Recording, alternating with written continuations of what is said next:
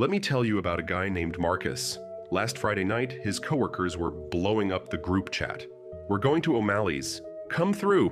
Then his college friends texted. Then his cousin called. Plans layered on top of plans like they always do on a Friday. And Marcus read every single message, thought about it for maybe 30 seconds. Then he put his phone face down on the coffee table, pulled a blanket over his legs, turned on his lamp, and opened the book he'd been trying to finish for 2 weeks. No guilt, no FOMO, no "maybe I'll show up later" lie he was telling himself. He just stayed home. And he meant it. Here's the part that's hard to explain to people who aren't wired like Marcus. Saturday morning, he woke up feeling genuinely good. Not "I survived the week" good. Actually restored. Like his brain had gotten a full night's sleep after months of broken ones. Meanwhile, his friends showed up to brunch looking like they'd been through something. Sunglasses indoors, talking about how they need a weekend to recover from the weekend. And Marcus is sitting there thinking, "I don't get it. I never get it." His friends think something's wrong with him. His mom thinks he's depressed. His co-workers call him antisocial behind his back, probably kindly. But what if Marcus isn't broken? What if he's actually figured something out that most people spend their whole lives missing? That's what today's video is about. The psychology of people who genuinely love being home. Not because they're afraid of the world, not because they're hiding, but because their mind is built in a way that our culture almost never takes the time to understand. Let's talk about it. Before we get into the science, I want to name something that I think most of us absorbed without realizing it. There is a version of a good life that American culture has basically agreed on, and it goes like this. You work hard during the week, and on the weekend you go out, you make plans, you see people, you're social, your calendar has things in it, you're reachable, you're available, you're out there living. And if you're not doing that, if you're turning down invitations and staying in and genuinely preferring it, something is wrong with you. You're shy, you're anxious, you're depressed, you're letting life pass you by. You need to get out of your comfort zone. You need to push yourself. I cannot tell you how many people have told me some version of this story and where they spent years, sometimes their entire 20s, believing they were broken because their idea of a Good Friday night looked different from everyone else's. And here's the thing. That belief didn't come from nowhere. It was taught by parents who worried, by friends who didn't get it, by a culture that has, for a really long time, treated introversion like a personality flaw and solitude like a red flag. But the science tells a completely different story, and once you hear it, you can't unhear it. Okay, I want you to picture something. Imagine your brain has a volume dial, and everything coming at you from the outside world. Conversations, background noise, a crowded restaurant, your phone buzzing, a coworker stopping by your desk. Every single one of those things turns that dial up a little. Now for some people, and you probably know exactly who I'm talking about, that dial needs to be cranked up pretty high before they feel alive. They want the loud bar. They want the big group. They want the spontaneous midnight plans. That stimulation is fuel for them. Take it away, and they get restless and flat. But here's the thing nobody talks about. For somewhere between a third and half the population, that same dial gets loud really fast. Like uncomfortably loud. The party that recharges one person genuinely drains another, not because they're weak or anxious or broken, but because their nervous system is processing that same environment at a much higher intensity. Psychologist Elaine Aron spent years studying this. She called them highly sensitive persons. And what she found was that these people weren't just reacting more. They were processing more deeply, noticing things others missed, feeling the texture of a room in a way most people don't, thinking longer about a single conversation than someone else might think about their whole week. That is not a disorder. That is a different operating system. But here's the cost. Running that system in a world that never stops. Open offices, constant notifications, group chats going off at 11 p.m., always on everything. That costs energy in a way most people around them just don't feel, like being the only person in the room who can hear a high-pitched sound that nobody else notices. You're not imagining it. It's just hitting you differently. And home is where they go to stop paying that cost, not to hide, to recover, to finally turn the dial back down to a level where they can actually hear themselves again. Now, here's the part that really got me when I first started digging into this. People who love being home genuinely, deeply love it. They're not just sitting there staring at the wall, waiting for life to happen. They are living just inward rather than outward. Think about Marcus on that Friday night. To his friends texting him from the bar, he looks like he's doing nothing. But inside his head, he's 3 chapters deep into a book that's completely rearranging how he thinks about something. He's got a thought he can't stop turning over. He's in the middle of building something in his mind, an idea, a plan, a version of a conversation he wants to have eventually. There is a whole world happening in there. Psychologists call this inner-directed stimulation. And it sounds like a clinical term, but it's actually a beautiful thing. It means your primary source of aliveness comes from inside you, rather than from the room around you. You don't need the noise to feel present. You bring the noise with you. And this is what the people around homebodies almost never see. They see someone sitting quietly at home. They don't see that the person sitting quietly is sometimes having the richest, most alive experience of their week. I want to ask you something right now, and I genuinely want you to answer this in the comments because I think you'll be surprised by how many people respond the same way. When you get a completely free Saturday with 0 plans, 0 obligations, what's your gut feeling? Is it relief, like exhaling after holding your breath?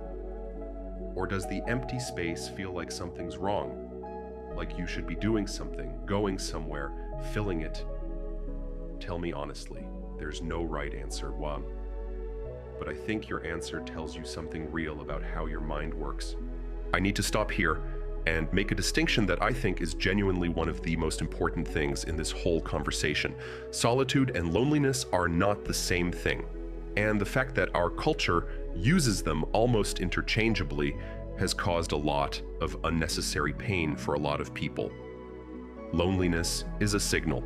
It's your nervous system telling you that something you need to feel connected, to feel seen, to feel like you belong somewhere is missing. It's not a choice. It's more like hunger. Your body is telling you there's a deficit. Solitude is something completely different. Solitude is chosen quiet. It's what happens when you're so comfortable with your own company that being alone doesn't feel like absence, it feels like presence, specifically presence with yourself. I read about a woman once who described this better than I ever could. She said, "Going to parties makes me feel lonely. Staying home makes me feel full." Same person. Completely opposite experiences depending on where she was. And the moment I read that, I thought, that's the whole thing right there. That's the distinction nobody makes. Here's a way to feel it yourself. Lonely is sitting at a party, wishing you were somewhere else. Solitude is sitting at home on purpose and genuinely not wishing you were anywhere else at all. Same location, completely different internal experience. And here's what research actually shows. People who actively choose regular solitude, not because they have to, but because they want it, consistently show up in studies with higher creativity, stronger sense of identity, and clearer self-awareness than people who rarely spend time alone. Why? Think about it.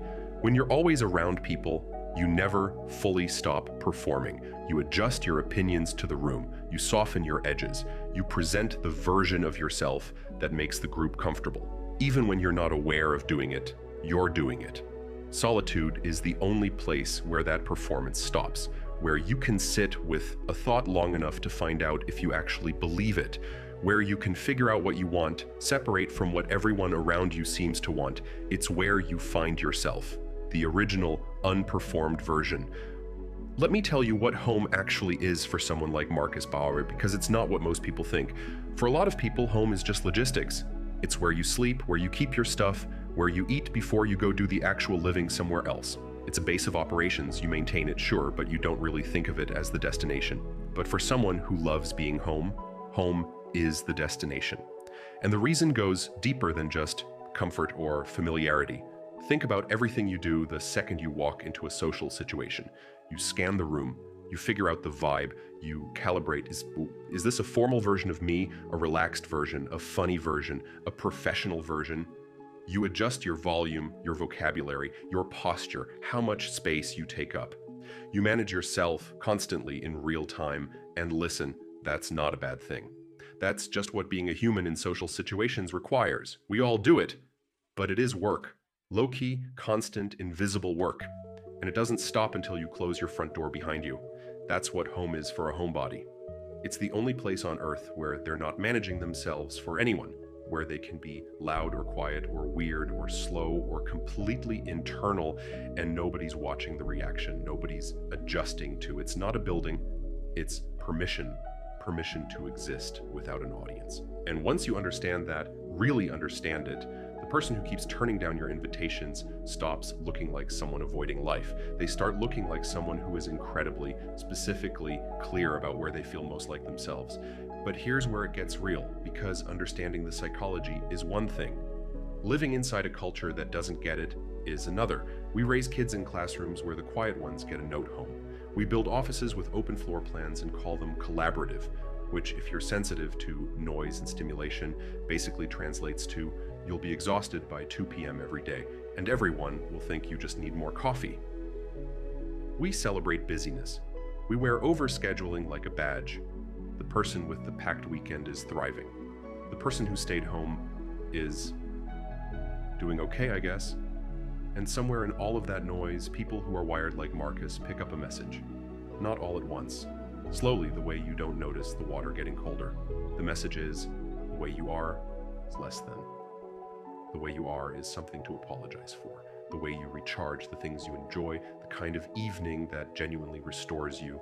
Those things are fine, but they're not enough. You should want more. You should want different. And a lot of people believe it for years. I want to ask you something, and I want you to really sit with it before you answer. Has anyone in your life, a parent, a partner, a close friend, ever made you feel like there was something wrong with you for wanting to be home? Not in a mean way, maybe. Maybe it was just a look, a "you're not going" that had this little weight in it, a "you need to get out more" that felt less like concern and more like judgment. Drop it in the comments if that's happened to you, because I think you're going to feel a lot less alone when you read what other people write back. So here's what Marcus's friends see when they look at him. They see someone opting out, someone who's missing the fun, someone who's going to look back on his 30s and regret not going out more, someone who's playing it safe, someone who's, at best, a little sad, and at worst, quietly struggling. But here's what they're actually watching. They're watching someone who has a very clear, very specific understanding of what fills him up and what drains him, and who has the discipline to act on it even when the culture is telling him he shouldn't. That's not avoidance, that's self-knowledge. And self-knowledge, real self-knowledge, is actually one of the rarer things you'll find in a person. Marcus doesn't say yes to everything.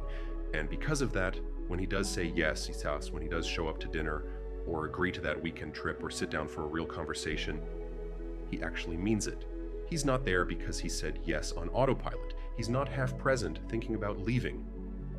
He chose this specifically for a reason. That kind of deliberate presence is something a lot of people who go out every single weekend never experience. They're there because they're always there. They go out like breathing, automatic, unremarkable, a little empty. Marcus goes out like punctuation, intentionally, and it means something. So, let's go back to Friday night. Marcus is on his couch, blanket, dim lamp, the book he's been meaning to finish. His phone is face down. The group chat is still going. Someone just ordered another round. Someone else is talking about moving the party. And Marcus isn't reading any of it. And I want you to hold that image for a second. Not as a sad picture, not as someone missing out, as someone who knows exactly what they need. In a world that is constantly, relentlessly telling all of us what we should want, what we should be doing, where we should be on a Friday night, Marcus just isn't listening, and he's better for it. Monday morning, he walks in clear, unhurried, like someone who actually rested over the weekend instead of just surviving it. And his co-workers, the ones who were at O'Malley's, then the late night spot after, then the hangover brunch that felt more obligatory than fun, they look at him like he has some kind of secret.